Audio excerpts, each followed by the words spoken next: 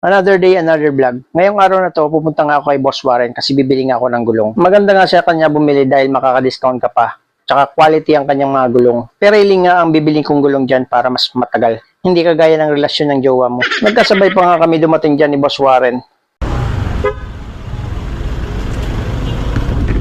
Boss. Tinanong ko na nga sa dyan kung dumating na ang in-order ko sa kanyang Pirelli. Ayan, dumating ng araw. Mas maganda nga ang Pirelli dahil para mas matagal ang relasyon nyo. Mas matagal ang relasyon nyo sa jowa nyo.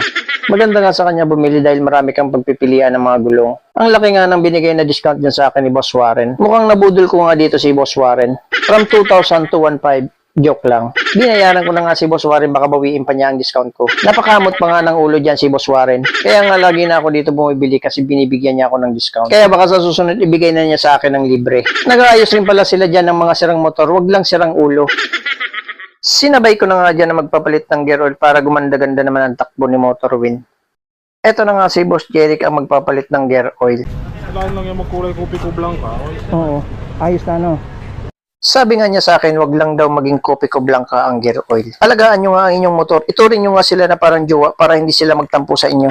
Nagpaalam na nga ako dyan kay Boss Warren. Sabi ko nga sa kanya dyan, sa susunod ulit, bigyan mo ako ng malaking discount o ibigay mo na sa akin ng libre. Dalawa pala ang shop nila, sa Hubal at sa Sorsogon. Lalagay ko na nga lang dyan ang mga services nila. Kaya ano pang hinihintay nyo? Bili na at punta na. Nandito na nga ako para ipakabit na itong gulong na nabili ko. Minekos-mekos na nga ni Idol ang silat dyan para ilagay sa gulong. Ayaw ko sanang palagyan ng silat dyan, kaya lang naisip ko para sigurado. Hindi kagaya sa jowa mo na hindi sigurado.